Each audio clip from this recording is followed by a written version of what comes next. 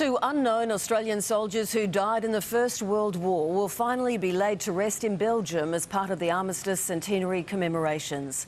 The caskets containing the remains of both soldiers were brought through the sacred Menin Gate today, the very spot the soldiers likely marched through more than 100 years ago. They were killed in a war far away from home. Their bodies were never found and their families were denied a funeral. But now, 100 years on, they'll finally be laid to rest with dignity. The caskets of both Australian soldiers were carried through Menin Gate ahead of their funeral. Their names, somewhere on these walls, marking those whose final resting place is unknown. It's overwhelming. The number of names that are up on this wall is just... it's staggering. More than 16,000 Aussie diggers marched through this very gate more than a century ago and never came home.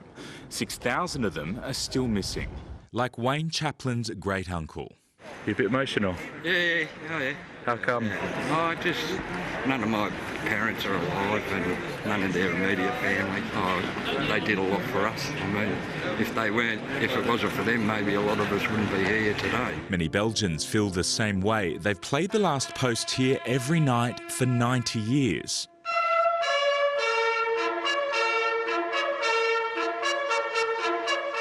We want to continue until perpetuity. And now these two lion statues will watch over them.